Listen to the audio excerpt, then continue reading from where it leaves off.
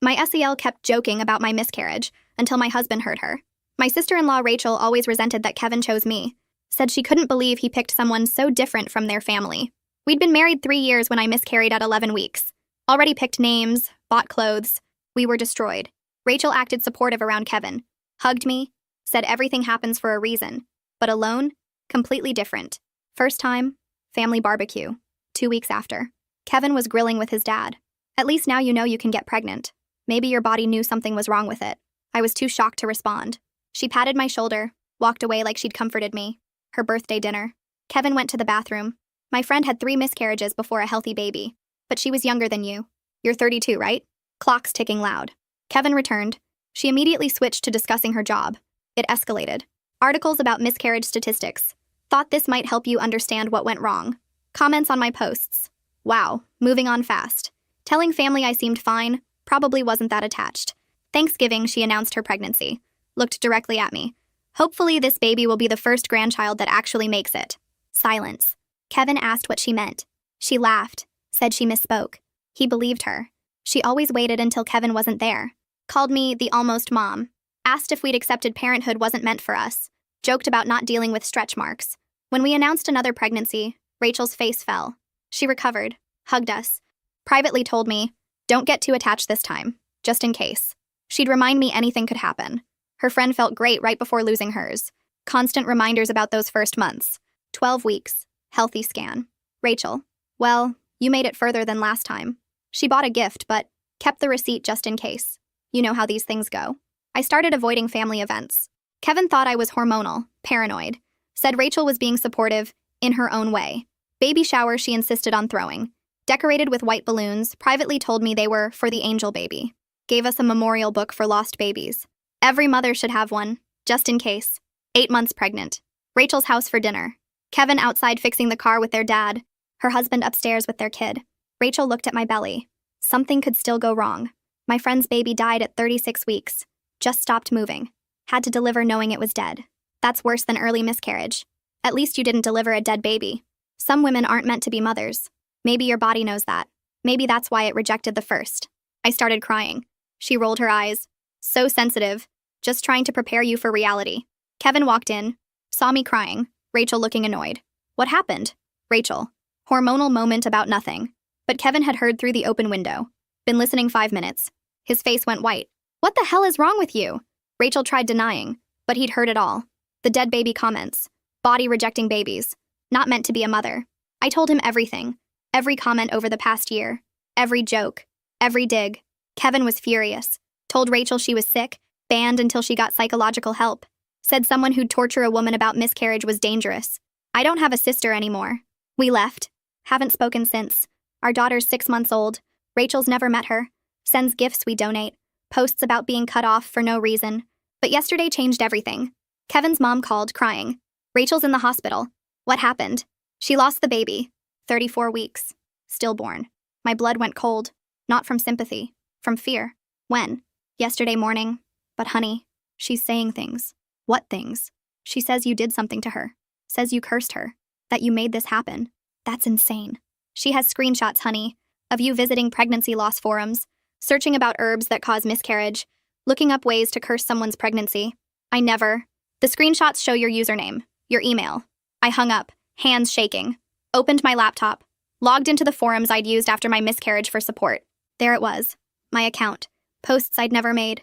Searches I'd never done. All dated from last month. Natural ways to cause miscarriage in others.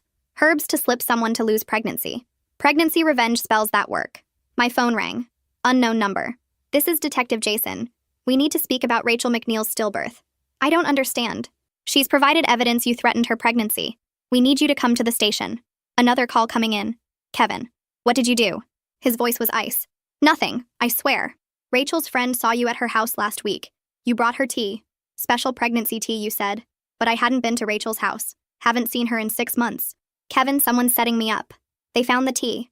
It tested positive for pennyroyal. It causes miscarriages. The line went dead. I sat frozen on my couch, staring at my phone where it had landed after slipping from my shaking hands. The screen was dark now, but Kevin's cold voice still echoed in my head. He actually thought I did this. My own husband believed I poisoned Rachel's tea, killed her baby. My hands wouldn't stop trembling. I pressed them against my belly, feeling my daughter kick hard against my ribs like she could sense my panic. 6 months old already, growing strong inside me, and now someone was trying to take her away by destroying me first. Rachel had really done it. She'd found a way to hurt me worse than any cruel comment ever could. The forum posts were right there on my account. Searches I'd never made. Posts about herbs that cause miscarriages. How did she even get into my account? I tried to think back through the past month. Anytime my laptop was out of my sight. Any moment Rachel could have accessed my passwords. But we hadn't been in the same room for 6 months. Not since Kevin banned her from our lives after hearing what she said to me at her house. The tea made no sense either. I hadn't been to Rachel's house. I hadn't seen her at all. But Kevin said Rachel's friend saw me there last week, bringing special pregnancy tea. Someone saw a pregnant woman at Rachel's door, and Rachel convinced them it was me. My phone buzzed on the floor. I couldn't make myself pick it up. What if it was the detective again, demanding I come to the station? What if it was Kevin calling back to say even worse things? The phone kept buzzing, vibrating against the hardwood floor. I finally grabbed it with shaking hands. Marlena's name flashed on the screen. My best friend. I answered and immediately started crying so hard I couldn't speak.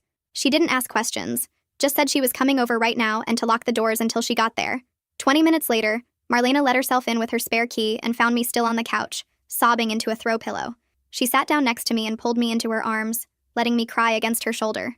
When I could finally breathe enough to talk, I told her everything. The call from Kevin's mom about Rachel losing her baby, the accusations about curses and poisoned tea, the fake forum posts on my account, Kevin believing I actually did this. Marlena's face went hard when I mentioned the police detective. She pulled out her phone immediately.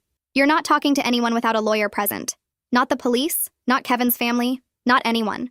She started scrolling through contacts while I wiped my face with shaking hands. I know someone who handles criminal defense. Let me call her now. I watched Marlena make 3 different calls, her voice calm and professional even though I could see the anger in her eyes. She explained the situation to each lawyer, asking about their experience with false accusations. By the 3rd call, she'd found someone who could meet with us tomorrow morning. A defense attorney named Evelyn Ryder, who specialized in cases exactly like mine. People wrongly accused of crimes they didn't commit. The words felt surreal. Criminal defense. False accusations. Like I was living in some legal drama instead of my actual life.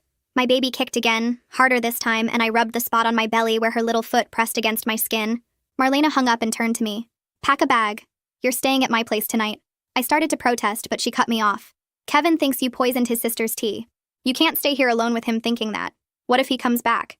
What if he's angrier than he sounded on the phone? She was right. I went to the bedroom and threw clothes into an overnight bag, hands still shaking so badly I could barely zip it closed.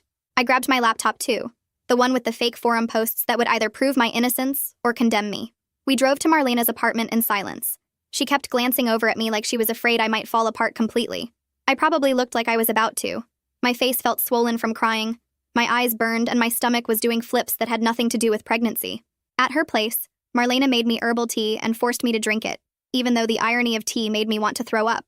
She sat across from me at her small kitchen table and made me go through everything again, taking notes this time. Every detail about my relationship with Rachel, every cruel comment over the past year, the 6 months of no contact since Kevin finally heard the truth. She wrote down dates and times, building a timeline of when I'd last seen Rachel, where I'd been over the past few weeks. Your phone will have location data, Marlena said, still writing.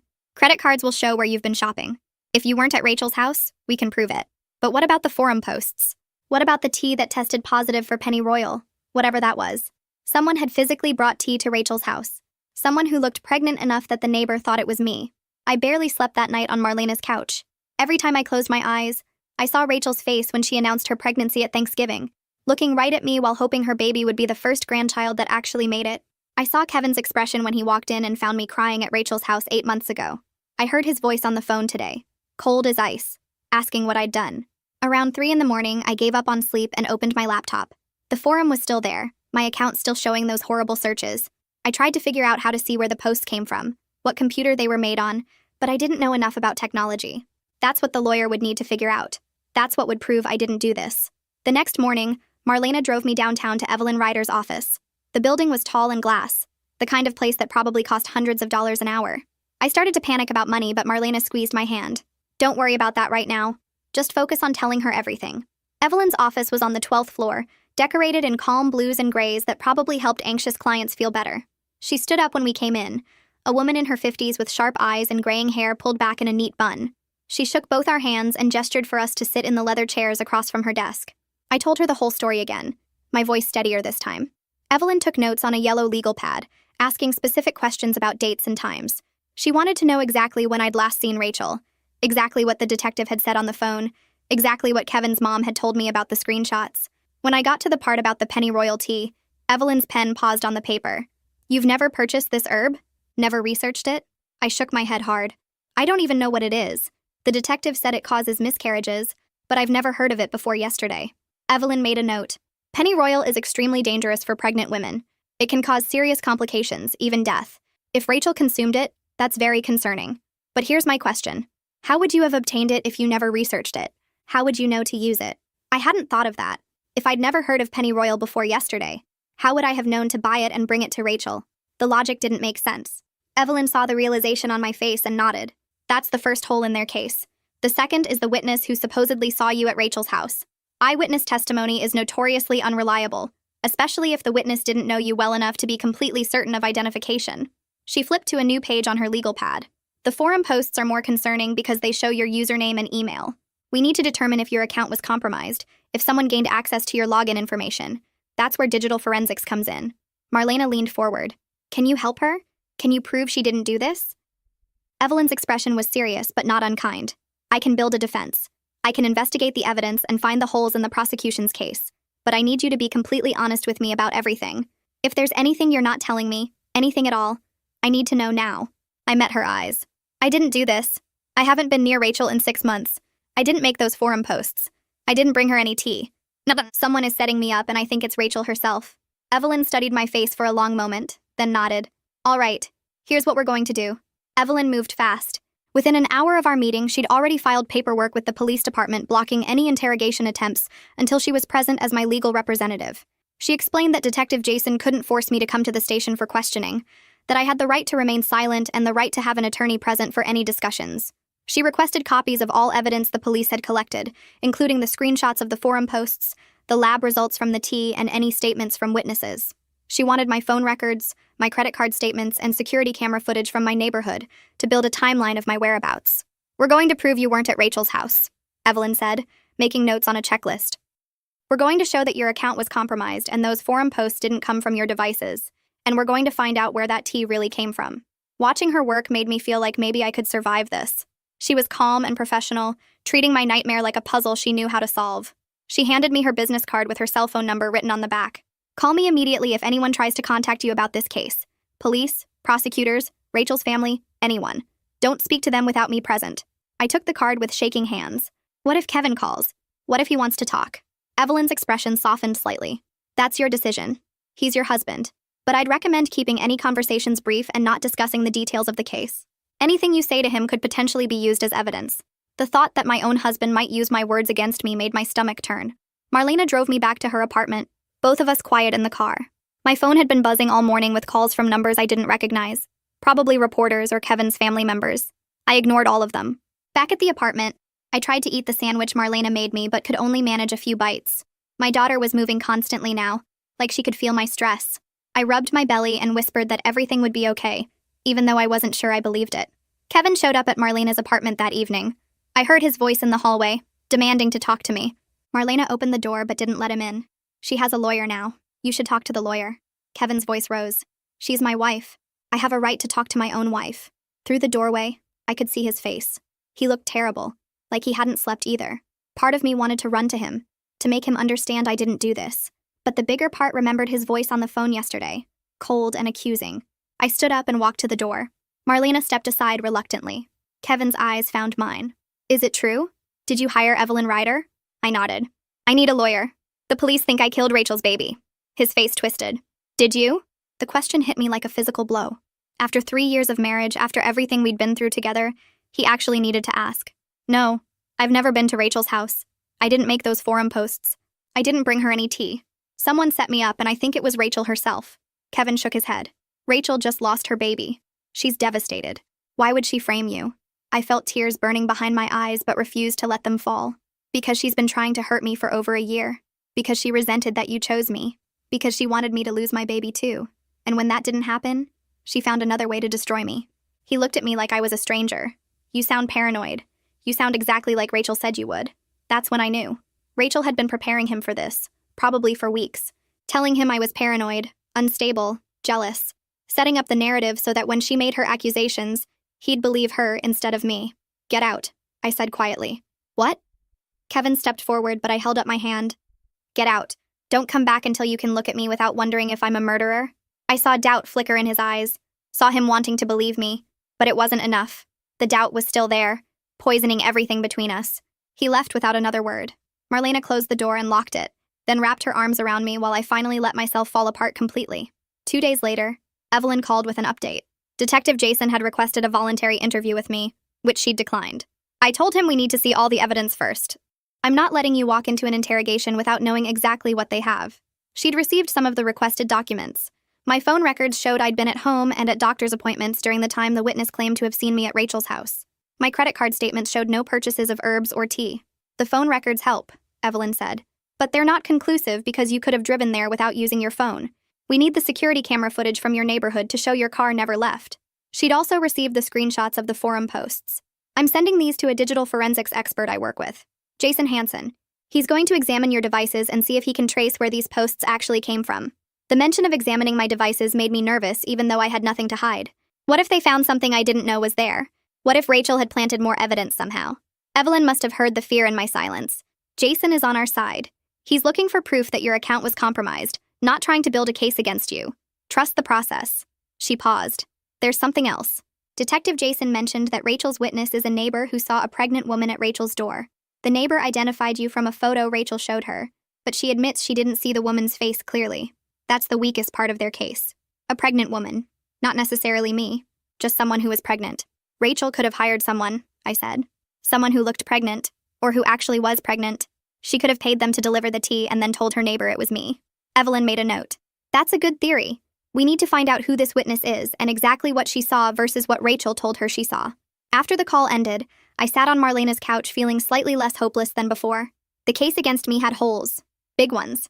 I just needed to prove it before the police decided to arrest me anyway. Jason Hansen came to Marlena's apartment 3 days after I hired Evelyn. He was younger than I expected. Maybe 30, with messy hair and glasses. He set up his equipment on the dining room table, connecting my laptop and phone to various cables and devices. I'm going to image your drives, he explained. That means I make a complete copy of everything on your devices so I can analyze them without changing anything. It preserves the evidence in case we need it for court. Court. The word made my hands shake. Jason worked for hours, typing commands I didn't understand, pulling up screens full of code. Marlena brought him coffee and snacks while I paced the small apartment, too anxious to sit still. Finally, Jason sat back and pulled off his glasses to clean them. Okay, here's what I found. My heart was pounding, so hard I could feel it in my throat. There's no trace of those forum posts on your laptop or phone, no browser history showing you visited those pages, no cookies or cached data, nothing. I felt dizzy with relief. So I didn't make them? Jason shook his head. You didn't make them from these devices, but the posts exist, so someone made them from somewhere. The screenshots Rachel provided show your username and email, which means someone either hacked your account or knew your login credentials. He pulled up a screen on his laptop. The good news is that forum posts like these leave digital footprints. The forum keeps logs of IP addresses, the unique identifiers that show what computer was used to access the site. I've requested those logs from the forum administrator. Evelyn had warned me this might take time, that forum administrators didn't always respond quickly to legal requests. But Jason smiled.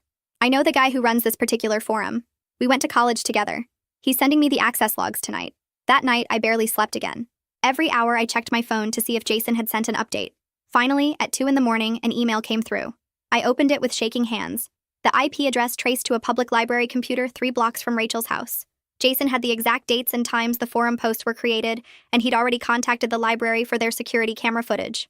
Libraries keep pretty good security footage because of theft issues, Jason explained over the phone the next morning. If someone used that computer on those specific dates and times, we'll be able to see who it was. 2 days later, the footage arrived. Jason called me to Evelyn's office to watch it together. My hands were shaking as we gathered around Evelyn's laptop. Jason pulled up the first video file, dated 3 weeks ago. The timestamp showed 2 p.m.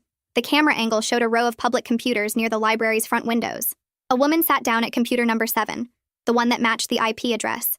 Jason zoomed in on her face. It was Rachel. I felt like I couldn't breathe. There she was, heavily pregnant, typing on the library computer. Jason fast-forwarded through the footage, showing her spending 40 minutes at that computer before leaving. He pulled up the second video file, dated 2 weeks ago. Same computer. Same woman. Rachel again, this time spending an hour typing. The third file showed her there 5 days before her baby died. She framed me, I whispered. She literally sat at a public library computer and made fake forum posts on my account to make it look like I was researching how to kill her baby. Evelyn was already on her phone, calling Detective Jason. We have evidence that exonerates my client and implicates Rachel McNeil in fabricating evidence. I'm sending you the video files now. I watched Jason email the files to the detective while Evelyn explained what they showed. Rachel using a public computer to create fake forum posts. Rachel setting me up. Rachel destroying her own case by being caught on camera. When Evelyn hung up, she looked at me with something like satisfaction. Jason says the case against you is falling apart. But now he's very concerned about Rachel's mental state and where that tea actually came from. Because if Rachel framed me with the forum posts, maybe she'd also lied about the tea. Maybe she'd bought it herself, planted it in her own kitchen, and told the police I brought it. Maybe she'd done all of this to herself and her baby, just to destroy me. I spent the next 2 days waiting for Evelyn to call with updates about the witness. My phone stayed in my hand constantly, checking for messages every few minutes. Marlena brought groceries and made me eat soup even though I had no appetite. My baby kicked and rolled inside me, completely unaware that her mother might be arrested. The stress made my hands shake whenever I tried to hold anything. I couldn't sleep more than an hour at a time before waking up in a panic. When Evelyn finally called, I answered before the first ring finished. She told me to come to her office that afternoon because she'd tracked down Rachel's witness. The woman's name was Ariel Watts, and she lived 3 houses down from Rachel. Ariel had given a statement to Detective Jason saying she'd seen me at Rachel's front door last Tuesday afternoon carrying a gift bag. But when Evelyn questioned her more carefully, Ariel admitted she'd only seen a pregnant woman from behind. She never actually saw the woman's face clearly. Rachel had shown her my photo afterward and asked if that was who she'd seen, and Ariel had agreed because Rachel seemed so certain. I drove to Evelyn's office with Marlena because I couldn't trust myself behind the wheel alone. My blood pressure felt like it was pounding through my skull. Every red light made me want to scream because we were moving too slowly. When we finally got there, Evelyn had Ariel's new statement printed out and ready. Ariel now said she couldn't positively identify who she'd seen. The woman had dark hair like mine, was pregnant like me, but Ariel realized she'd let Rachel pressure her into making a false identification. She felt terrible about it and wanted to correct her mistake before an innocent person got charged with a crime. Evelyn sent the new statement to Detective Jason immediately. She told me this was huge because it destroyed Rachel's timeline completely. Without a witness placing me at Rachel's house, the entire tea story fell apart. The detective would have to question how Rachel even got the tea if I never brought it to her. Maybe Rachel had bought it herself. Maybe she'd planned this whole thing from the start. That same afternoon, Evelyn got a call from someone unexpected. Rachel's husband Vikram wanted to talk privately about his wife's behavior. He'd been finding disturbing things in their house and needed to show them to someone. Evelyn asked if I wanted to be present when he came in, and I said yes immediately. I needed to hear whatever he had to say. We waited in her conference room for 30 minutes until Vikram arrived looking exhausted and scared. He carried a cardboard box that he set on the table with shaking hands. Vikram opened the box and pulled out a black notebook.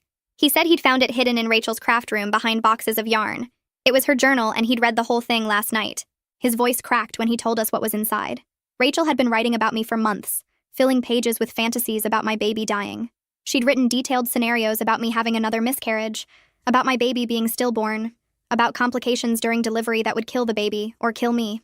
She'd written that I didn't deserve to be a mother after how easily I'd gotten pregnant while she'd suffered through years of fertility treatments and miscarriages. Evelyn took the journal and started reading through it while Vikram explained more. Rachel had been obsessed with my pregnancy since the day we'd announced it. She'd created a fake social media account to watch my posts without me knowing. She'd driven past our house multiple times just to see if she could spot me through the windows. She'd asked mutual friends questions about my due date and what names we'd picked. Vikram had noticed her strange behavior, but thought it was just grief over losing her own baby. He'd tried to get her to see a therapist, but she'd refused and said she was fine. The journal showed Rachel had been planning to frame me for months. She'd researched herbs that cause miscarriages and written down information about pennyroyal, black cohosh, and other dangerous plants. She'd created fake online accounts using variations of my email address. She'd practiced writing forum posts that would look like I'd written them. The whole frame-up had been carefully planned, not something she'd done impulsively after losing her baby. Vikram pulled out more evidence from the box. There were printed screenshots of pregnancy loss forums with my supposed username. There were handwritten notes about how to make the accusations look believable, and then he pulled out a receipt that made my stomach drop. It was from an herbal supplement website, dated 3 weeks before Rachel's stillbirth. She'd ordered pennyroyal tea herself. The receipt showed her name, her credit card, her home address. She'd bought the exact tea that she'd told police I'd brought to her house. Evelyn took photos of everything with her phone while asking Vikram questions. He explained that he'd found the receipt hidden in Rachel's craft supplies yesterday while looking for something else. When he'd confronted Rachel about it at the hospital, she'd started screaming that I'd somehow planted it there. She'd said I was trying to frame her now, that I was evil and dangerous. The nurses had to sedate her because she became so upset. Vikram realized then that his wife was having some kind of mental breakdown, and that everything she'd said about me was a lie. I sat there looking at the evidence spread across the conference table and felt like I couldn't breathe properly. Rachel had spent months planning to destroy my life. She'd bought the tea herself, planted it in her own kitchen, and told police I'd brought it. She'd created fake forum posts to make me look guilty. She'd pressured her neighbor into making a false identification. The entire accusation was premeditated psychological warfare designed to get me arrested for killing her baby. Evelyn called Detective Jason and told him to come to her office immediately. When he arrived an hour later, she presented him with Vikram's evidence and Ariel's corrected statement. The detective looked through everything carefully while we all waited in silence. He examined the journal pages showing Rachel's fantasies about my baby dying. He studied the receipt proving Rachel had bought the pennyroyal tea herself. He read through the notes showing she'd planned the frame-up for months. Detective Jason closed his notebook and looked at me directly. He said the investigation into me was officially closed. There was no evidence I'd done anything to cause Rachel's stillbirth because Rachel had fabricated all the evidence herself. However, he was now very concerned about Rachel's mental state and whether she might be a danger to herself or others. He would be opening a wellness check investigation and working with the hospital's psychiatric team to evaluate her. Evelyn asked what would happen to Rachel, and the detective explained that she'd likely be placed on an involuntary psychiatric hold. The evidence showed she was experiencing severe mental illness that had caused her to make false criminal accusations against a family member. She needed immediate professional help, not criminal prosecution. Vikram started crying when he heard this, saying he'd been terrified of his wife for weeks but hadn't known what to do. He loved Rachel but couldn't let her destroy an innocent person's life. Kevin called my phone while we were still in Evelyn's office. I didn't want to answer, but Evelyn nodded that I should. Kevin asked where I was, and I told him I was with my lawyer reviewing new evidence. He asked what evidence, and I said he needed to come to Evelyn's office right now if he wanted to know the truth about his sister. He arrived 20 minutes later looking defensive and angry. Evelyn handed Kevin the journal without saying anything. He started reading through the pages while standing in the middle of the conference room. I watched his face change as he read Rachel's detailed fantasies about my baby dying. His hands started shaking when he got to the pages where Rachel had planned out the frame-up step by step. He read about how she'd created fake forum posts, how she'd bought the pennyroyal tea herself, how she'd pressured Ariel into making a false identification. When he finished reading, he sat down hard in a chair and put his head in his hands. Kevin looked up at Vikram and asked if this was really Rachel's handwriting. Vikram nodded and said he'd watched Rachel write in that journal dozens of times. Kevin asked if the receipt was real, and Vikram showed him the credit card statement proving the purchase. Kevin's face went completely white as he realized his sister had tried to frame me for killing her baby. He'd believed her lies so easily, had accused me over the phone without even listening to my side.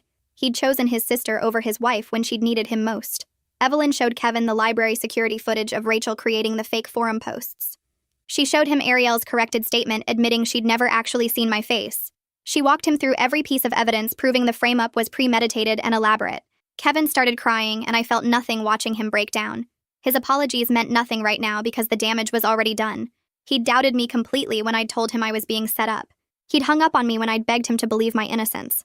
Detective Jason told Kevin that Rachel would be involuntarily committed for psychiatric evaluation.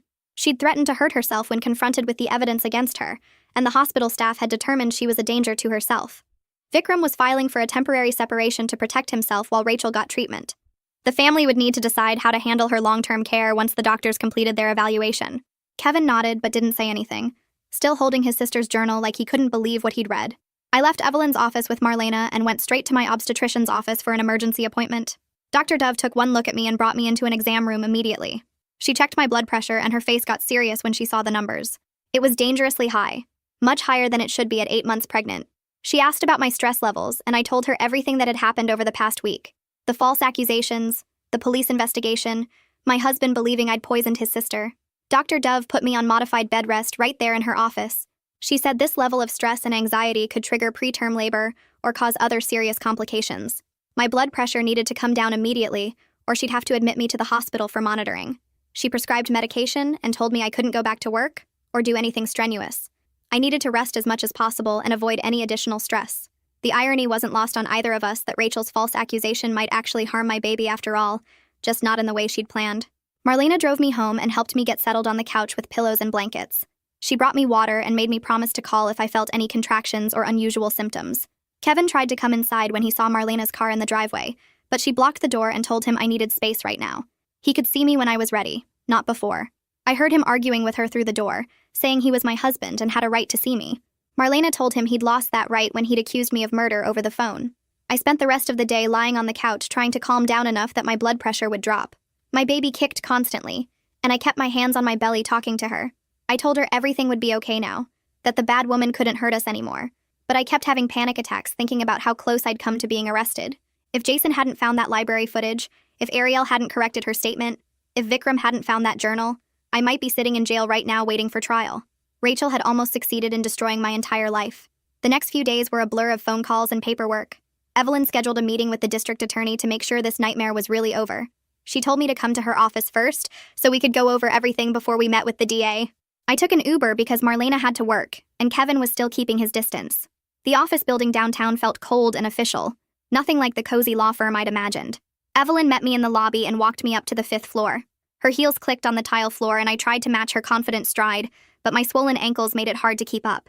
The district attorney's office was all dark wood and leather chairs. The DA himself was a thin man in his 50s with gray hair and tired eyes.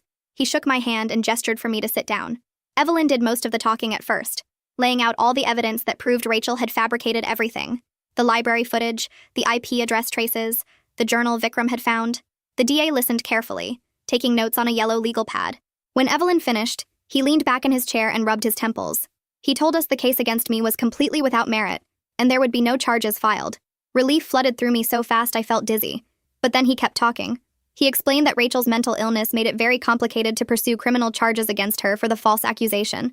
She was currently in psychiatric care, and any prosecution would likely be delayed for months or even years while she underwent treatment. Even if they did charge her eventually, a jury would probably be sympathetic given her stillbirth and obvious mental breakdown. Justice felt slippery, like something I could see but couldn't quite grab. Evelyn asked about a civil lawsuit for defamation and emotional distress. The DA said that was our right, but warned it would be a long, expensive process with no guarantee of collecting any money even if we won. Rachel didn't have significant assets, and Vikram was divorcing her. I sat there feeling frustrated and cheated. Rachel had tried to destroy my entire life, and the best outcome was that nothing would happen to her at all. She'd get treatment and sympathy while I dealt with panic attacks and preeclampsia. The DA seemed to understand my disappointment. He told me he was sorry, that the system wasn't always fair, but at least I was cleared completely. Small comfort. We left his office and Evelyn bought me coffee at the shop downstairs. She reminded me that staying out of jail and keeping my baby safe was the real victory here. Everything else was just details. I knew she was right, but it still felt wrong. That afternoon, Kevin's father showed up at the hospital where I was still being monitored for my blood pressure. I hadn't expected to see him. He knocked softly on the doorframe and asked if he could come in. I nodded, too tired to send him away. He pulled a chair close to my bed and sat down heavily. His face looked older than I remembered, more lines around his eyes and mouth. He started talking before I could say anything. He apologized for not seeing how Rachel had treated me all these years. He admitted the whole family had made excuses for her difficult personality without recognizing she needed real mental health help. They'd called her intense and passionate when they should have called her cruel and unstable. He said he was ashamed of himself for not protecting me better. His voice cracked when he talked about how close they'd come to losing me and the baby because of Rachel's lies. I wanted to stay angry at him, but watching him cry made it harder. He told me about Rachel as a child, always jealous of her brother, always feeling like she wasn't good enough. Their parents had been strict and critical, especially with Rachel. She'd started showing signs of anxiety and depression in high school, but they'd dismissed it as teenage drama. When she had her first miscarriage years ago before she met Vikram, she'd fallen apart completely. They'd gotten her some therapy, but she'd quit after a few sessions, insisting she was fine. The family had believed her because it was easier than dealing with the truth. He understood that his acknowledgement didn't erase the betrayal. Nothing could give me back the peace of mind I'd lost or undo the trauma of being accused of murder while pregnant. But he wanted me to know he saw his mistakes clearly now. He promised to do better, to support me and Kevin and the baby however we needed. He asked if he could still be part of his grandchild's life. I told him yes, but things would be different now. He'd have to respect my boundaries and never make excuses for Rachel again. He agreed immediately, reaching over to squeeze my hand. After he left, I felt slightly less alone, but the anger was still there, sitting heavy in my chest. Doctor. Dove came in the next morning during her rounds. She checked my blood pressure and frowned at the numbers on the monitor. It was still too high despite the medication and bed rest. She sat on the edge of my bed and explained that we needed to talk about delivery. I was 37 weeks now, technically full term, and my preeclampsia was getting worse instead of better. The safest option was to induce labor within the next day or two. Fear shot through me. I wasn't ready. I was still processing everything that had happened, still having nightmares about police stations and jail cells. How could I bring a baby into the world when I felt this broken? Dr. Dove listened patiently while I tried to explain my fears. She reminded me gently that my baby's safety had to come first. If my blood pressure kept rising, I could have a seizure or stroke. The baby could be in danger too. She understood I was dealing with trauma, but waiting any longer was too risky. Kevin had been sitting quietly in the corner of the room. He came over and took my hand. He told me he'd be there through everything, that I didn't have to do this alone. I wanted to pull away from him, but I also desperately needed someone to hold on to. Dr. Dove gave us a few hours to think about it, but made it clear this wasn't really optional. She started me on medications to prepare my cervix and scheduled the induction for early the next morning. I spent the rest of the day trying to mentally prepare for labor, while also trying not to think about it at all. Marlena came by that evening with my hospital bag and some magazines. She painted my toenails blue because I couldn't reach them myself anymore. She told me I was the strongest person she knew and that I was going to get through this. I wasn't sure I believed her, but I appreciated her saying it. Labor started just after 6 in the morning when Dr. Dove broke my water. The contractions began as a dull ache in my lower back and quickly intensified into waves of pain that took my breath away. Kevin stayed right next to my bed, holding my hand through each contraction. The nurses came in and out, checking monitors and adjusting my IV. My blood pressure spiked with each contraction, setting off alarms that made everyone move faster. Hours passed in a blur of pain and exhaustion. I tried different positions, walked around the room when I could, used a birthing ball that the nurse brought in. Nothing made it better. By noon, I was only dilated to 4 centimeters and completely worn out. Dr. Dove suggested an epidural to help me relax and maybe bring my blood pressure down. I agreed immediately, too tired to care about my birth plan anymore. The anesthesiologist came in and placed the epidural while I curled forward over a pillow. Kevin held my shoulders steady and talked me through it. The relief was almost instant once the medication kicked in. I could still feel pressure, but the sharp pain was gone. I managed to sleep for a little while between checks, but labor dragged on for hours. My blood pressure kept spiking dangerously high despite the epidural and medication. Alarms kept going off. Dr. Dove looked more concerned each time she checked me. By 8 that night, I was finally at 10 centimeters and ready to push. Dr. Dove positioned herself at the end of the bed with 2 nurses. Kevin stayed up by my head, wiping my face with a cool cloth and encouraging me. Pushing was the hardest physical thing I'd ever done. My whole body shook with the effort. The monitors showed my blood pressure climbing to dangerous levels. Dr. Dove told me we needed to get the baby out quickly. I pushed through 3 contractions and felt something give way. One more push and suddenly there was a baby crying. A real live baby, and the nurses were placing her on my chest. She was tiny and perfect, covered in white stuff, screaming her head off. 6 pounds 2 ounces, Dr. Dove announced. A healthy baby girl. I started sobbing, overwhelmed with relief and love and gratitude. She was here. She was safe. Rachel's accusations hadn't won. Kevin was crying too, his tears dripping onto my shoulder as he leaned over to see our daughter. He kept apologizing, saying he was sorry for ever doubting me, sorry for not protecting me better. I couldn't fully process his words right then. All I could focus on was the warm weight of my baby on my chest, her tiny fingers curled against my skin. The nurses cleaned her up a little and helped her latch onto nurse. She knew exactly what to do, rooting around until she found what she needed. I told Kevin we'd deal with our marriage later. Right now, I just wanted to focus on our baby girl. He nodded and kissed my forehead. For this one moment, everything else could wait. Carol showed up at the hospital the next afternoon. The nurses had moved me to a recovery room, and I was sitting up in bed with the baby sleeping in my arms. Carol knocked softly and peeked in, asking if it was okay to visit. I told her to come in. She walked over slowly, her eyes fixed on the baby. When she got close enough to really see her granddaughter's face, she broke down crying. I shifted the baby so Carol could hold her. She sat in the chair next to my bed and cradled her granddaughter like she was made of glass. She kept saying how beautiful she was, how perfect. Then she looked up at me with tears still running down her face. She told me she'd cut off all contact with Rachel until she completed serious psychiatric treatment and made real amends. Not just apologies, but genuine understanding of the damage she'd caused. Carol said the family was broken now, fractured in ways that might never fully heal, but she was choosing to protect me and the baby. That had to come first. I appreciated her saying it, but I also knew words were easy. Actions over time would show whether she meant it. Carol stayed for about an hour, holding the baby and asking questions about the delivery. She didn't mention Kevin or ask about our marriage, which I was grateful for. When she left, she hugged me carefully and promised to come back soon. I believed she would. A few days later, Evelyn called with an update about Rachel's psychiatric evaluation. The doctors at the facility had completed their assessment. Rachel was experiencing a full psychotic break that had been triggered by her stillbirth and made worse by years of untreated depression and anxiety. They found evidence in her medical history of previous mental health struggles that had never been properly addressed. The evaluation recommended long-term inpatient treatment at a specialized psychiatric facility, possibly for several months or even longer depending on her progress. The doctor said she needed intensive therapy and medication management before she could safely return to regular life. Evelyn also told me that Vikram was filing for a temporary separation. He needed to protect himself and focus on his own healing after everything that had happened. He was taking their son and moving in with his parents for a while. I felt a complicated mix of emotions hearing all this. Part of me was glad Rachel was finally getting help she clearly needed, but another part of me was still angry that she'd put me through hell before anyone took her mental illness seriously. Evelyn reminded me that Rachel's treatment wasn't about me. It was about preventing her from hurting herself or anyone else in the future. I understood that logically, but emotionally, it was harder to accept. Evelyn came to the hospital before I was discharged to help me file a restraining order against Rachel. We sat in my room with the baby sleeping in her bassinet while Evelyn explained the process. The order would remain in effect indefinitely, not just for a specific time period. Even if Rachel eventually recovered and completed treatment, she would never be allowed near me or my daughter without court supervision. She couldn't contact me directly, couldn't come to my house, couldn't show up at places she knew I'd be. Violating the order would result in immediate arrest. I signed all the paperwork while Kevin watched. The legal protection helped me feel slightly safer, like there was at least one barrier between Rachel and my family. But the emotional damage was still there, sitting like a weight in my chest. I still had nightmares about being arrested. Still panicked when my phone rang with an unknown number. The restraining order couldn't fix that. 2 weeks after I came home from the hospital, Kevin and I had our first couples counseling session. Marlena came over to watch the baby while we went. The therapist's office was in a small building near downtown, decorated with plants and soft lighting. The therapist herself was a woman in her 40s with short gray hair and a direct way of speaking. She didn't waste time with small talk.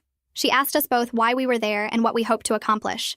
Kevin started explaining about his sister's false accusations and how he'd believed the lies at first. The therapist stopped him and asked him why he'd believed Rachel over me. Kevin stammered, trying to explain that the evidence had seemed convincing. The therapist pushed harder. She wanted to know why he'd assumed I was guilty instead of assuming there had to be another explanation. Why his first instinct was to doubt his wife instead of defending her. Kevin didn't have a good answer.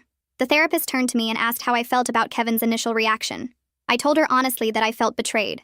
That after years of ignoring Rachel's cruelty toward me, he'd chosen to believe her accusations without even giving me a chance to defend myself. The therapist nodded and wrote something in her notes. She told us bluntly that rebuilding trust after this kind of betrayal would take serious work. Kevin needed to examine why he had consistently put his sister's feelings above his wife's well-being for years. Why he'd enabled Rachel's abuse by dismissing my concerns as paranoia or hormones. The session lasted an hour and left both of us emotionally drained. The therapist scheduled us for weekly appointments and gave Kevin homework to start thinking about his family patterns and how they'd affected our marriage. In the car ride home, Kevin was quiet. I could tell he was processing everything the therapist had said. I was too tired to talk about it more right then. At my 6-week postpartum checkup, my regular doctor referred me to a psychiatrist who specialized in postpartum mental health. The psychiatrist diagnosed me with postpartum PTSD related to both the false accusation and the traumatic delivery. She explained that the symptoms I was experiencing, the nightmares and panic attacks and hypervigilance, were all normal responses to severe trauma. She started me on medication and referred me to a therapist who could help me process everything that had happened. My new therapist helped me understand that healing wouldn't be a straight line. Some days I'd feel better and other days I'd feel worse, and that was okay. She also told me it was completely normal to still feel angry at Kevin even while trying to repair our marriage. Those feelings didn't make me a bad person, or mean our marriage was doomed. They were just part of working through betrayal. Some days I could barely look at Kevin without feeling a surge of anger. Other days I felt grateful he was there helping with the baby. The therapist said both reactions were valid and I didn't have to rush myself into forgiveness. Marlena showed up at my door the following week with bags of food and a determined look on her face. She'd texted 3 friends who'd supported me through everything, asking them to come over for what she called a healing circle. I didn't want to see anyone, but she insisted that isolation was exactly what trauma wanted. The doorbell rang at 2 o'clock, and suddenly my living room filled with people who'd never doubted me for a second. They brought flowers and homemade cookies and genuine smiles that didn't have pity behind them. My daughter slept in her bassinet in the corner, completely unaware that these people had spent weeks defending her mother's name to anyone who would listen. We sat in my living room drinking tea while they shared stories about shutting down gossip at work and correcting family members who'd believed the accusations. One friend had actually confronted someone at the grocery store who was spreading rumors about me. Their loyalty felt like a warm blanket after months of being frozen out by Kevin's family. They didn't ask me to rehash what happened or share details I wasn't ready to discuss. They just sat with me, laughed at stupid jokes, and made me feel human again. When they left 3 hours later, I realized I'd gone the entire afternoon without that tight feeling in my chest. Being around people who'd never questioned my innocence reminded me that Rachel's poison hadn't infected everyone. That night, I asked Kevin to move into the guest room. He was folding laundry in our bedroom when I told him I needed space, that sharing a bed with someone who'd believed I was capable of killing a baby felt impossible right now. His face fell, but he didn't argue. He just nodded and started gathering his pillows. I watched him carry his things down the hall, feeling both relief and sadness. The therapist had warned us that rebuilding trust after betrayal this deep would require uncomfortable steps. Kevin needed to understand that his doubt had consequences, that saying sorry wasn't enough to erase what he'd done. He set up his belongings in the guest room quietly, then came back to kiss our daughter goodnight. When he looked at me, I saw genuine understanding in his eyes for the first time. He got it now. He'd chosen his sister over his wife when it mattered most, and that choice had fractured something fundamental between us. The physical separation within our home became a daily reminder that trust, once broken, required more than words to repair. 2 weeks later, a letter arrived from the psychiatric facility where Rachel was treated. The envelope had the hospital's logo in the corner, and my hands shook as I opened it. The letter explained that family therapy was an important component of Rachel's treatment program. They were reaching out to ask if I'd be willing to participate in sessions designed to facilitate healing and understanding. I read it twice, then immediately called Evelyn. She listened as I read the letter aloud, my voice getting angrier with each word. When I finished, she told me I had absolutely no obligation to participate in Rachel's recovery. My healing had to come first, and sitting in a room with the woman who'd tried to destroy my life wasn't something I needed to do for closure. I wrote a firm response declining the invitation, making it clear that while I hoped Rachel got the help she needed, I would not be part of her treatment process. Evelyn reviewed my response before I sent it, ensuring the language was professional but left no room for future requests. Mailing that letter felt empowering. I was setting boundaries that protected my own mental health instead of sacrificing myself for someone else's recovery. Dr. Dove scheduled weekly appointments to monitor me for postpartum depression, layered on top of the PTSD. She adjusted my medications carefully, watching for side effects while trying to find the right balance. Each week, she asked detailed questions about my mood, sleep patterns, and ability to bond with my daughter. I told her honestly that some days I felt okay, and other days I could barely function. She assured me this was normal given everything I'd been through. The medication helped take the edge off the constant anxiety, making it possible to get through days without panic attacks. Breastfeeding was going well despite all the stress, which Dr. Dove said was remarkable. My daughter was gaining weight perfectly, meeting every milestone, thriving despite the chaos that had surrounded her arrival. Holding her during feedings became my anchor point, a reminder that something good had come from all this pain. Dr. Dove praised my commitment to both therapy and medication, saying many women in my situation would have given up. But giving up wasn't an option when I had a daughter depending on me to heal. Kevin's father called and asked to meet me for coffee. I agreed reluctantly, unsure what he wanted to say. We met at a quiet cafe near my house and he got straight to the point. He wanted to pay for my therapy indefinitely, as long as I needed it.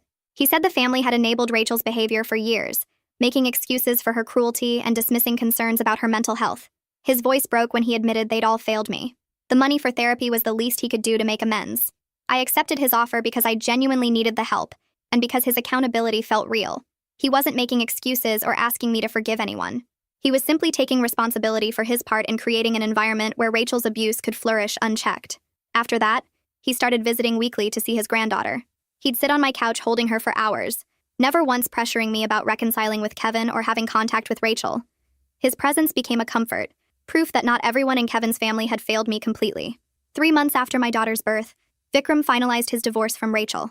A letter arrived from him a few days later, handwritten on plain paper. He apologized for not seeing the signs of her instability sooner, for not protecting me from her schemes.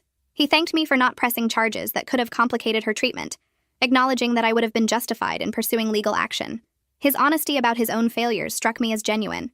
He admitted he'd been so focused on supporting Rachel through her grief that he'd ignored warning signs of her deteriorating mental state. The letter didn't ask for forgiveness or make excuses. It simply acknowledged the truth of what had happened and his role in failing to stop it. I wrote back briefly, thanking him for his honesty and wishing him well in his own healing process. His willingness to take accountability, without demanding anything from me in return, helped me believe that some people genuinely learned from their mistakes. Evelyn kept me updated on Rachel's treatment progress through official channels. The psychiatric team reported she was making some progress in understanding her actions were wrong. But according to her doctors, she still wasn't fully grasping the severity of what she'd done to me. They estimated it might take years of intensive therapy for her to develop genuine empathy and remorse. The updates made me feel hollow rather than vindicated. I'd wanted to hear that Rachel finally understood the damage she'd caused, that she felt genuine guilt for trying to destroy an innocent person's life. Instead, I learned that even with professional help, she was still struggling to comprehend why her actions were so harmful. After a few months, I told Evelyn to stop sending me updates. Rachel's recovery wasn't my responsibility, and tracking her progress was keeping me tethered to trauma I needed to move past. Whether she ever truly understood what she'd done didn't change what had happened to me. Kevin completed an individual therapy program that focused specifically on family enmeshment and boundary setting. His therapist had identified that Kevin's inability to see Rachel's abuse stemmed from years of family patterns that prioritized keeping peace over protecting victims. When he finished the program, he wrote me a 10-page letter taking full accountability for enabling Rachel's cruelty and for believing her accusations without question. He detailed specific instances where he'd dismissed my concerns, minimized Rachel's behavior, or chosen his family's comfort over my well-being. The letter was thorough and painful to read. He didn't make excuses or try to explain away his failures. He simply owned them completely, acknowledging that his betrayal had damaged our marriage in ways that might never fully heal. I kept the letter in my nightstand drawer and read it sometimes when I was struggling to forgive him. The words were a start, evidence that he was doing real work to change. But words on paper couldn't erase the memory of his voice on the phone asking what I'd done, believing I was capable of murder. My daughter turned 4 months old, and I started sleeping through the night when she did. The PTSD symptoms were less intense with medication and therapy, though they hadn't disappeared completely. I still had panic attacks when I saw pregnant women who reminded me of Rachel. The sight of herbal tea in stores could trigger flashbacks to being accused of poisoning someone, but the episodes were less frequent and less severe than they'd been right after the accusations. My therapist said healing was happening slowly, that trauma recovery wasn't a straight line but a gradual process with setbacks and progress mixed together. I was learning to function around the damaged parts of myself rather than waiting to feel completely whole again. Some days I felt almost normal, able to enjoy my daughter and find moments of genuine happiness. Other days, the weight of everything that had happened crushed me, and I could barely get out of bed. But even on the worst days, I was moving forward instead of drowning. Our couples therapist suggested Kevin and I start having dinner together in the main part of the house instead of eating separately. She said rebuilding intimacy had to start with basic companionship and shared positive experiences. So we began sitting at the dining table together each evening after putting our daughter to bed. We talked about her development, the new sounds she was making, how she'd started reaching for toys. We avoided discussing Rachel or the accusations or anything related to the trauma. These conversations felt stiff and formal at first, like we were strangers making polite small talk. But gradually they became more natural. Kevin would tell me about something funny that happened at work, and I'd share a story about our daughter's day. We weren't rebuilding romance or passion. We were simply relearning how to exist in the same space without the weight of betrayal suffocating every interaction. The therapist called it laying a foundation, creating positive associations that could eventually support deeper emotional reconnection. Some nights I looked across the table at Kevin and felt a flicker of the love that had brought us together. Other nights I felt nothing but the echo of his doubt. But I kept showing up for dinner, kept trying, because our daughter deserved parents who at least attempted to rebuild what Rachel had tried to destroy. Carol called 2 weeks after our dinner conversation, her voice careful and hopeful. She wanted to throw a small party for my daughter's 6-month milestone. Nothing big, just close family who'd supported us through everything. I agreed but made my boundaries clear right away. Rachel's name couldn't be mentioned, not once during the entire event. Only people who stood by me during the accusations could attend. Carol promised immediately, relief flooding her voice. She understood completely and would respect every boundary I set. The party happened on a sunny Saturday afternoon in Carol's backyard. Balloons hung from the fence, pastel colors that made my daughter reach up with grabby hands. Carol had ordered a small cake decorated with butterflies, nothing fancy but thoughtful. Kevin's father grilled burgers while Marlena helped set up presents on a folding table. My daughter sat in her bouncy seat, drooling on a teething ring and making happy gurgling sounds. Everyone took turns holding her, commenting on how much she'd grown, how alert she was becoming. Carol kept tearing up watching her granddaughter smile at people, finally getting to celebrate this baby properly. No drama erupted. No uncomfortable moments happened. No one brought up the accusations or the investigation or anything related to what we'd survived. Just normal family celebration, the kind I'd been afraid we'd never have again. Kevin stood beside me the whole time, his hand occasionally touching my lower back, checking in with looks to make sure I was okay. I found myself relaxing into the afternoon, actually enjoying watching my daughter experience her first real party. When we left, Carol hugged me tight and thanked me for trusting her with this. The party felt like genuine progress, like maybe we were building something healthier than what existed before.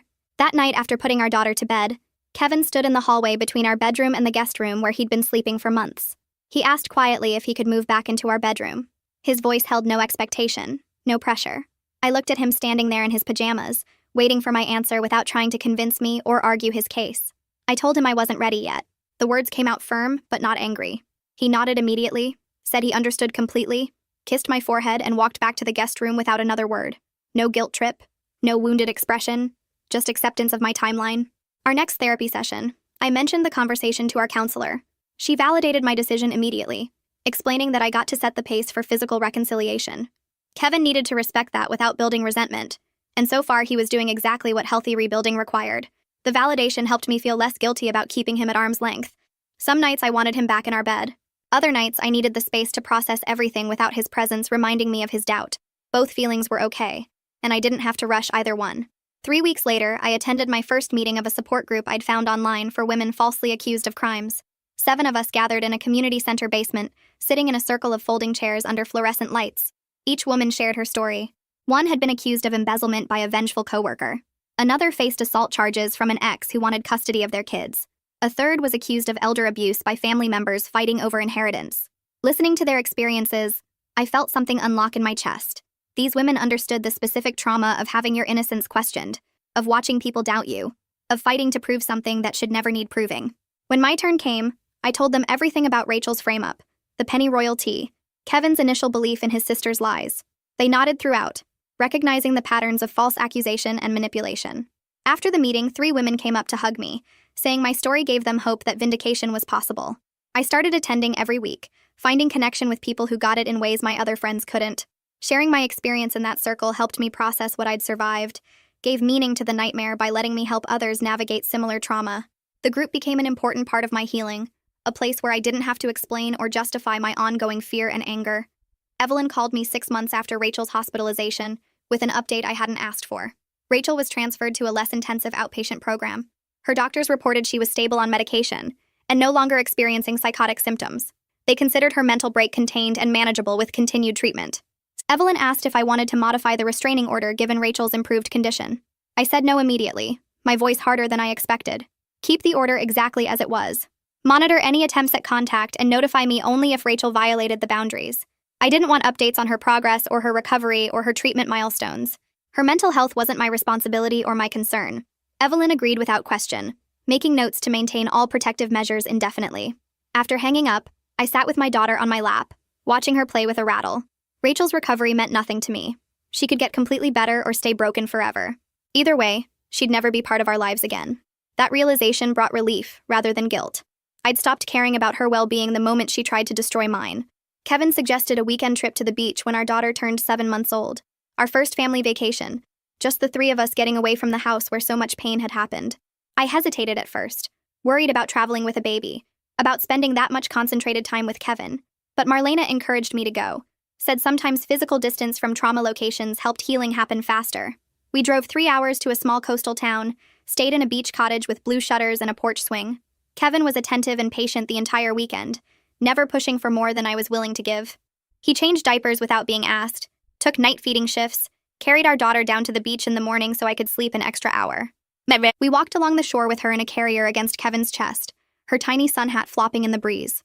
I caught myself laughing at something stupid he said about the seagulls, genuine laughter that surprised me with its ease. That night, after putting our daughter to bed, we sat on the porch drinking wine and listening to the ocean. Kevin didn't try to rehash the past or push for reconciliation talks, just sat beside me in comfortable silence. I realized sitting there that I was starting to forgive him. Not completely, but enough to imagine a future where trust might rebuild. The forgiveness felt fragile and conditional, dependent on him continuing to respect my boundaries and prove his growth.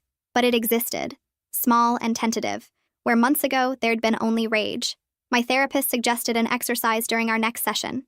Write a letter to Rachel expressing all the anger and pain her actions caused, everything I'd never gotten to say directly. The letter would never be sent, never read by anyone but me.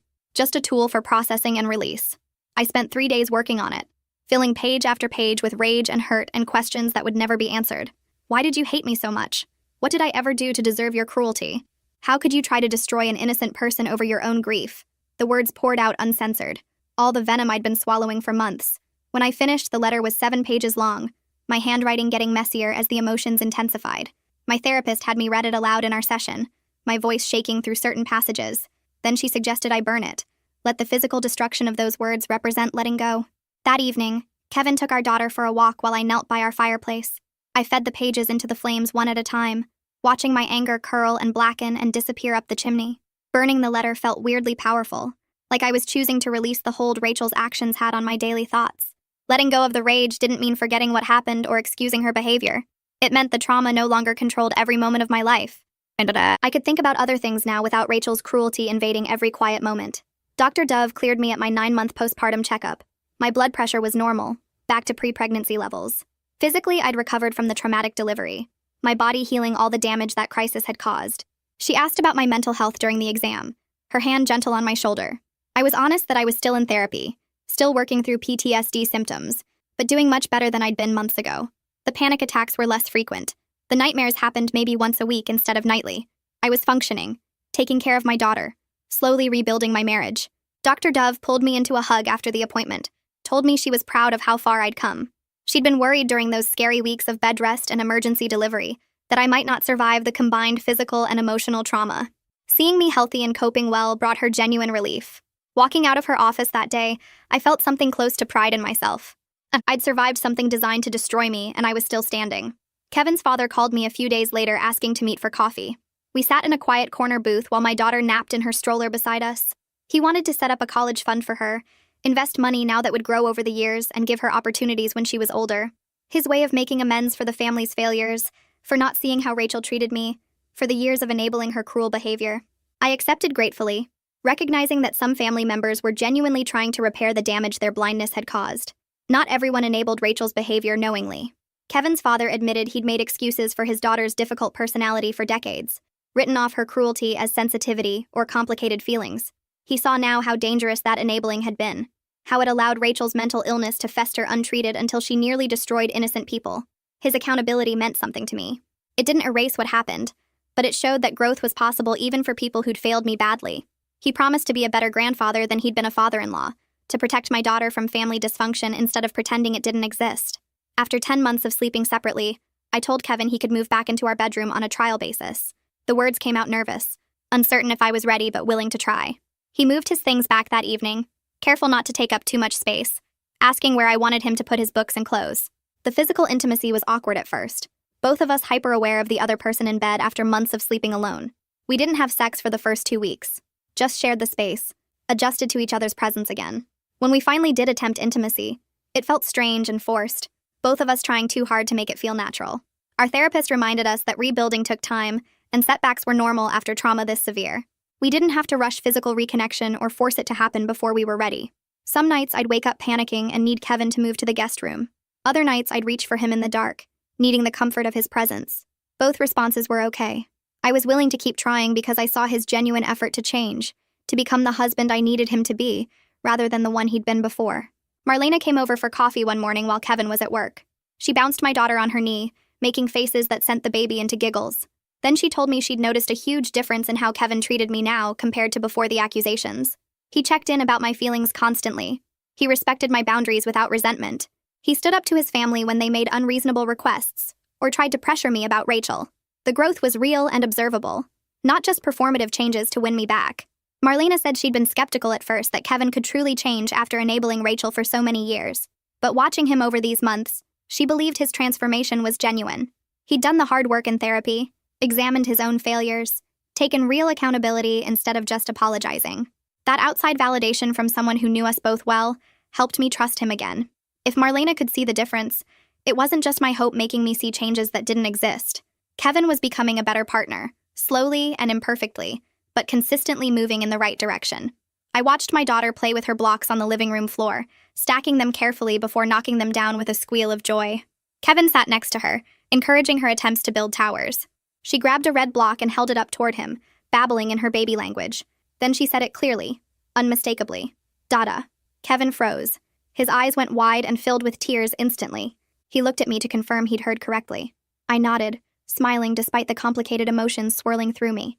Our daughter said it again, louder this time, proud of herself. Dada, Dada. Kevin scooped her up and held her close, crying openly now. He pressed kisses to her forehead and told her over and over how much he loved her. She giggled and patted his wet cheeks with her small hands. I felt genuine happiness watching them together.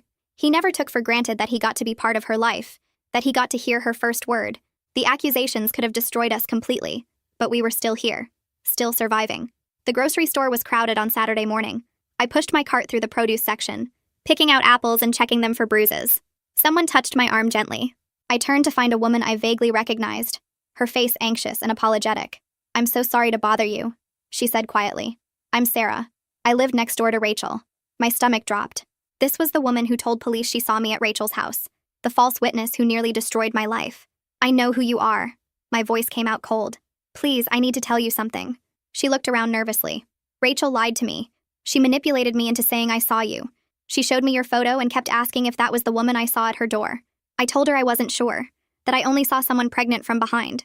But she kept insisting it was you, telling me how dangerous you were, how you'd threatened her baby. I stood there holding an apple, processing this. She made it sound so urgent, Sarah continued. Said you might hurt other people if I didn't confirm it was you. I thought I was helping. I'm so sorry. When I found out what really happened, that she fabricated everything, I felt sick. The anger I expected didn't come. Instead, I felt tired. This woman was another person Rachel had used and discarded. She was good at manipulation, I said finally. She fooled a lot of people. I should have been more careful. I should have insisted I couldn't identify anyone. The guilt has been eating me alive. Sarah's eyes were red. I nearly helped put an innocent woman in jail. You were a victim too, I told her. Rachel knew exactly how to pressure people into giving her what she wanted. Sarah thanked me multiple times before walking away. The conversation brought unexpected closure. Not everyone who hurt me had done it out of malice. Some were just caught in Rachel's web. Kevin ordered Thai food for our anniversary, spreading containers across our coffee table after our daughter finally fell asleep. 5 years of marriage, 1 year of hell. But we were still here, sitting together on our couch. This past year was the hardest thing we've ever been through, Kevin said. He picked at his pad thai. I failed you in so many ways. You did, I agreed. No point in softening it. But we're building something different now. Something stronger. He pulled a small box from his pocket. I wanted to get you something that represents where we are now, not where we were. Inside was a delicate silver necklace with a small pendant. Our daughter's birthstone, a deep blue topaz. It's beautiful, I said, genuinely loving it. He'd put thought into this, chosen something meaningful rather than expensive. Kevin fastened it around my neck. His hands lingered on my shoulders for a moment. We ate our takeout and talked about normal things. Our daughter's new words, the leak in the bathroom sink, his mother's upcoming birthday. Small talk felt good after months of heavy conversations about trauma and therapy and restraining orders. Marlena called me Tuesday afternoon while I was folding laundry. The support group wanted me to speak at a legal advocacy event next month. They were hosting a panel about false accusations and the importance of thorough investigation before charging people with crimes. You don't have to, Marlena said, but they think your story could help prevent other innocent people from going through what you did. My hands shook slightly, folding one of my daughter's tiny shirts. The idea of standing in front of strangers and talking about the worst experience of my life terrified me, but I thought about other women who might face false accusations, who might not have the resources or support I'd had. I'll do it, I said. The event took place in a hotel conference room downtown. I sat backstage with the other panelists, my notes trembling in my hands. Kevin sat in the front row holding our daughter, who was miraculously behaving. Seeing them there calmed me slightly. When my turn came, I walked to the microphone and told my story. The cruel comments about my miscarriage, the stillbirth, the fabricated evidence, the moment I realized I was framed. I kept my voice steady, focusing on the facts rather than the emotions. The audience listened in complete silence. Afterward, several people approached me. A law student writing her thesis on false accusations, a woman whose sister had been wrongly charged with child abuse, a prosecutor who promised to remember my story when evaluating evidence in future cases. The exhaustion was worth it. Evelyn called 3 weeks later. Rachel's treatment team wanted to know if I'd participate in a mediated conversation as part of her recovery program. They thought it would help Rachel take full accountability and help me find closure. I hung up and immediately called my therapist. We spent an entire session discussing whether I was strong enough for this, whether facing Rachel would help or hurt my healing. My therapist asked what I hoped to gain from the conversation. I want to hear her admit what she did, I said. Not through lawyers or her mother, directly to me. We decided I was finally ready, with careful conditions. Both our therapists would be present. The session would be recorded. I could leave at any time. Rachel had to follow specific guidelines about taking responsibility without making excuses. The mediation center was a bland office building with beige walls and uncomfortable chairs. I arrived early with my therapist, my heart pounding. Kevin offered to come, but I told him this was something I needed to do alone. Rachel walked in looking nothing like the woman who'd tormented me. She'd lost weight, her face gaunt and pale. Her hands shook as she sat down across from me. Her therapist sat next to her, a middle-aged woman with kind eyes. Thank you for agreeing to this, Rachel's therapist said. Rachel has prepared some things she wants to say. Rachel looked at me, then down at her hands. When she spoke, her voice was flat, almost robotic. I'm sorry for what I did to you. I fabricated evidence. I lied to police. I tried to have you arrested for something you didn't do. My actions were wrong and caused you immense harm. The words sounded rehearsed, like she'd practiced them 100 times. I waited for more, for some explanation that would help me understand. Why did you target me? I asked. Why were you so cruel about my miscarriage? Why try to destroy my life? Rachel struggled to answer. She opened her mouth several times before words came out. I was jealous. You had everything I wanted. Kevin chose you over his family. You got pregnant again after your loss, and I was stuck with my grief. When I lost my baby, something broke inside me. I blamed you for having what I couldn't. That doesn't explain the cruelty, I pressed. The comments about my dead baby, telling me my body rejected it, that I wasn't meant to be a mother. I wanted you to hurt like I was hurting. Rachel's voice cracked slightly. I wanted to take away your happiness because mine was gone. The conversation didn't provide the catharsis I'd hoped for. Rachel's answers felt incomplete, her remorse forced, but I confirmed what I needed to know. She was no longer an active threat. The medication and therapy had stabilized her enough that she understood her actions were wrong, even if she couldn't fully articulate why she'd done them. I met with Evelyn the next day at her office. The mediation had left me feeling empty rather than relieved. I want to keep the restraining order in place, I told her. Permanently. Evelyn nodded like she'd expected this. Rachel's progress doesn't obligate you to allow her back into your life. My safety matters more than her recovery, I said firmly. My daughter's safety matters more. Agreed. Evelyn pulled out paperwork. We'll file to make the order permanent with provisions for supervised contact only if you ever choose to allow it, which you're under no obligation to do. She filed everything that afternoon. The permanent restraining order meant Rachel could never approach me, my daughter, or my home without facing immediate legal consequences. The relief was profound. My daughter took her first steps 2 weeks before her first birthday. I was sitting on the floor folding laundry when she pulled herself up using the couch.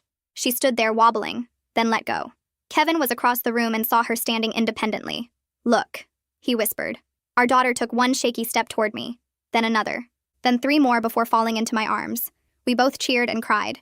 She looked confused by our excitement, but clapped her hands anyway, proud of herself. Kevin scooped us both up in a hug. I was overwhelmed with gratitude that we'd made it to this moment. Rachel's accusations could have prevented me from seeing this, from being here to catch my daughter's first steps. But we'd survived.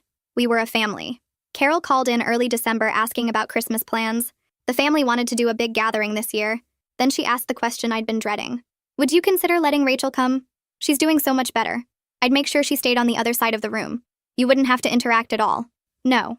My answer was immediate and firm. Honey, it's been over a year. She's gotten help. The family misses having everyone together. I won't attend any event where Rachel is present, I said clearly. Ever. That's not negotiable. Carol was quiet for a long moment. I understand. I'll see Rachel separately then. You and Kevin and the baby are my priority. The boundary held. Carol accepted it sadly but respectfully. She'd see Rachel for lunch the day after Christmas, keeping the celebrations completely separate. I appreciated that she didn't push or try to guilt me into changing my mind. My final intensive therapy session happened on a cold January morning. 14 months of weekly appointments, homework assignments, coping strategies, and processing trauma. My therapist reviewed my progress, noting how far I'd come from the terrified woman who first walked into her office. You've developed strong skills for managing triggers, she said. The nightmares have decreased significantly. You're functioning well in daily life. I still have bad days, I admitted. That's normal. PTSD doesn't disappear completely, but you're no longer in crisis mode. She smiled. You've done remarkable work. We scheduled monthly maintenance sessions going forward. I didn't need intensive treatment anymore, but I wanted to keep checking in, keep working on my healing. The trauma was part of my history now, but it wasn't my entire identity. I was a mother, a wife, a survivor. I was building a life beyond what Rachel had tried to destroy. Kevin brought up trying for another baby during one of our therapy sessions. Our therapist asked if we both felt ready. I looked at my daughter playing with blocks in the corner of the office.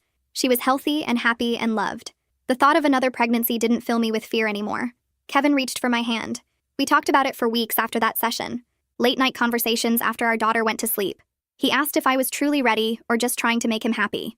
I told him I wanted our daughter to have a sibling, someone to grow up with. The decision felt right instead of scary. We stopped preventing pregnancy that month. 3 months later, I took a test and saw 2 pink lines. This time I cried from joy instead of terror. Kevin held me and promised he'd be better this time. Doctor Dove saw me for my first appointment at 6 weeks. She asked how I was feeling emotionally. I told her I was nervous but excited. She monitored me closely because of my history. Weekly appointments instead of monthly. Blood pressure checks every visit. But everything looked perfect. The pregnancy was completely normal. No complications. No scares. Kevin came to every single appointment. He asked questions and took notes. Held my hand during ultrasounds. This was different from my first pregnancy when he'd been distracted by work and family drama. He'd learned from his mistakes. My daughter turned 2 years old on a sunny Saturday in May. We threw a big party in our backyard with streamers and balloons. Friends came with their kids. Carol brought a huge cake decorated with butterflies. Marlena showed up with presents and spent the afternoon chasing toddlers around the yard. And I stood by the fence watching my daughter play with other children. She was laughing and running and completely unaware of everything that happened before she was born, the darkness that nearly destroyed our family. She was just a happy 2-year-old eating cake and opening presents. Kevin wrapped his arms around me from behind. His hands rested on my growing belly. We'd announced the new pregnancy at the party. Everyone was excited for us. I felt peace watching our daughter blow out her candles. She was safe and loved, and that was everything I'd fought for. The letter came 2 weeks later. Evelyn called me when it arrived at her office. Rachel's lawyer had sent a formal request asking if Rachel could send birthday gifts to my daughter. I drove to Evelyn's office to read it myself. The letter was carefully worded. Rachel acknowledged she had no right to contact me directly. She understood the restraining order would remain in place, but she wanted to send presents for birthdays and holidays. Small things to show she was thinking of her niece. I read it twice. Then I told Evelyn no. Rachel had no place in our lives. Not now. Not ever. I didn't care if she was doing better or felt remorse. She'd tried to destroy me while I was pregnant, framed me for killing her baby, put me through hell. Kevin agreed completely when I told him that night. He said protecting me and our children came before his sister's feelings. He'd finally accepted that Rachel was dangerous. Evelyn sent the response the next day. Clear and firm. No contact, no gifts, no involvement in our lives whatsoever. Kevin's father died 3 months later. Heart attack at 62. Sudden and shocking. Carol called us at 6 in the morning crying. Kevin drove us to his parents' house immediately. The family gathered there throughout the day, making arrangements, calling relatives, supporting Carol. I was 7 months pregnant and exhausted. Then Rachel walked through the door. She looked thin and tired. Her eyes found mine across the room. I moved to the opposite side immediately. Kevin noticed and stayed between us. He ran interference all day, positioning himself so Rachel couldn't approach me. When she tried to come near me in the kitchen, he blocked her path, told her firmly to stay away. His protection during that vulnerable time showed how much he'd changed. The funeral was 3 days later. I stayed on one side of the church. Rachel sat on the other. Kevin's hand stayed on my back the entire service, ready to move me if Rachel came close. She didn't try, just watched us from across the room. I saw her staring at my pregnant belly, the same belly she'd accused of carrying a child I'd supposedly protect by destroying hers. Carol held my hand during the burial. She'd made her choice. She supported me and our children. Rachel would have to grieve her father separately. I went into labor 5 weeks later at 39 weeks. The contractions started at 2 in the morning. Kevin drove me to the hospital calmly. Dr. Dove met us there. The delivery was smooth and uncomplicated. Nothing like my daughter's traumatic birth. No blood pressure spikes, no emergency interventions, just normal labor that progressed steadily.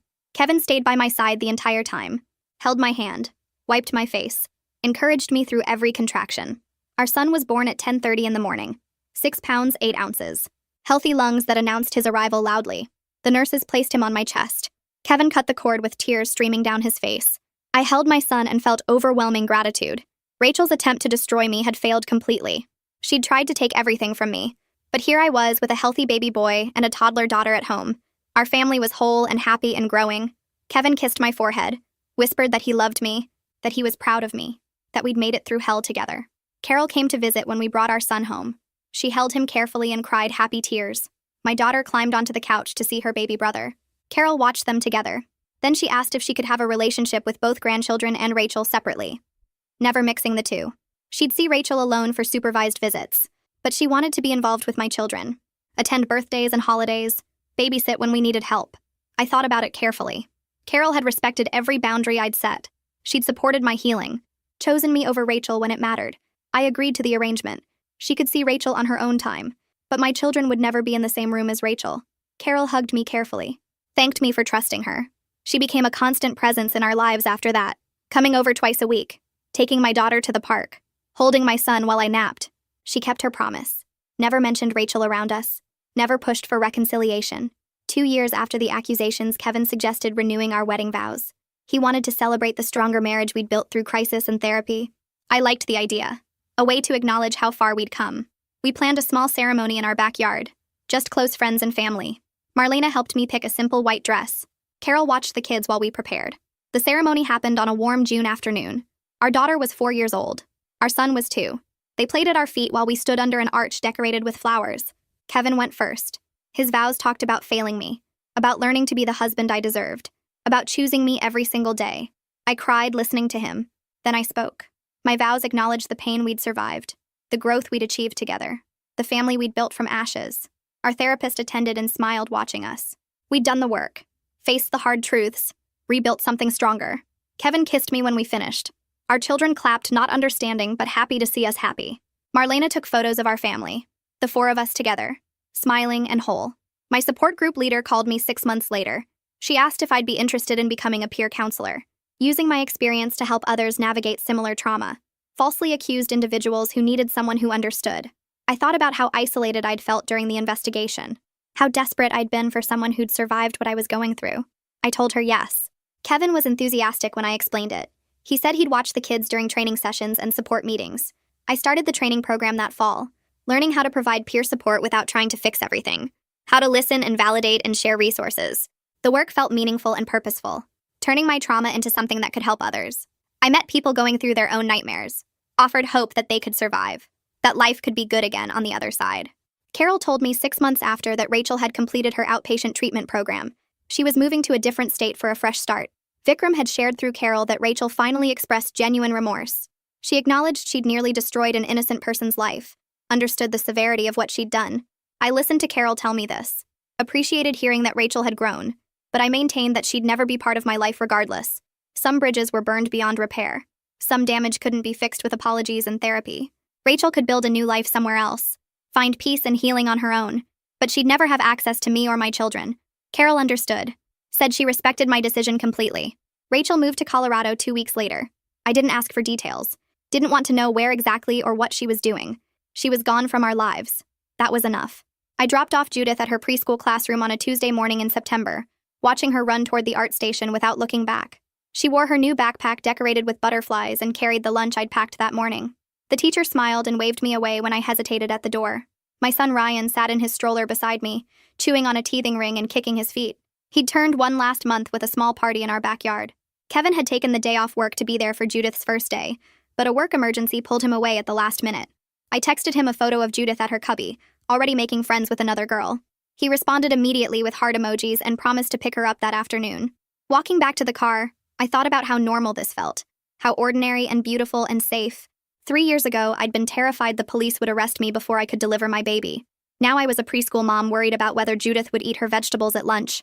Kevin and I still saw our therapist once a month for maintenance sessions, checking in on our communication and making sure we stayed connected.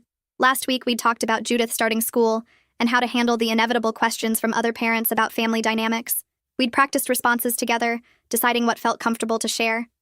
The tools we'd learned during the crisis years had become habits now. Kevin asked before making plans with his family.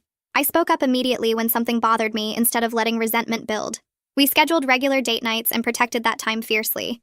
Our marriage felt solid in a way it never had before we almost lost everything. The trauma had forced us to rebuild from the foundation up, and what we'd created together was stronger than what we'd started with. 3 years after Rachel's accusations, I stood at our kitchen window watching my children play in the backyard. Judith pushed Ryan on the baby swing Kevin had installed last spring. She sang to him while he laughed and reached for her hair. Kevin stood at the grill flipping burgers for dinner, occasionally looking over at the kids and smiling. The late afternoon sun made everything golden and warm. I still had nightmares sometimes where Detective Jason was at my door with handcuffs. I still tensed when my phone rang from unknown numbers. Certain phrases could trigger panic attacks that left me shaking and breathless, but those moments no longer controlled my daily life. I'd survived something that should have destroyed me.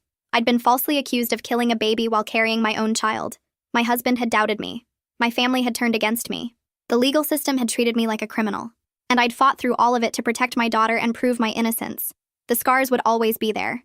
I'd never forget the terror of those months, or the betrayal of Kevin's initial doubt. But I'd also discovered strength I never knew I had. I'd learned to fight for my truth when everyone else believed lies. I'd rebuilt my marriage into something real and honest. I'd created a safe, loving home for my children where they could grow up protected from the darkness that had tried to consume us. Rachel lived somewhere in Colorado now, building whatever life she could after everything she'd done. I didn't think about her often anymore. She'd lost her power over me when I stopped letting her actions define my worth. Kevin called that dinner was ready, and Judith came running with Ryan toddling behind her. We sat together at the patio table, our family of 4, eating and laughing and making plans for the weekend. This life, this joy, this peace had been hard won. Every moment felt precious because I knew how close I'd come to losing it all.